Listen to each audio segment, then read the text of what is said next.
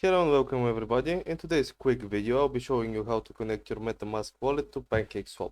Before that, quickly, ANY, our sponsor for today's video, easy way to trade, go check them out.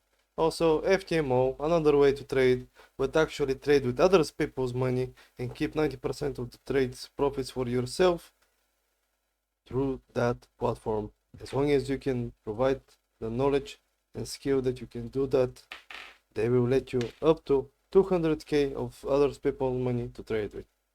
So, Pancakeswap. First of all, you need to go to their website. Make sure it's their website. As you see, they have a phishing warning. Make sure that the both URLs are the same. And what you do is connect wallet. Choose the wallet you want to connect. Select Metamask.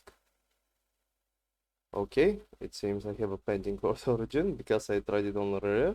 Cancel, quick it, connect, and your Metamask will pop up, and it will ask you which of these accounts do you want to connect. I'll just quickly create a new account called account 4, save it, click next, see others account balance activity and suggest connect it. And boom, you're connected to Metamask with Pancakeswap.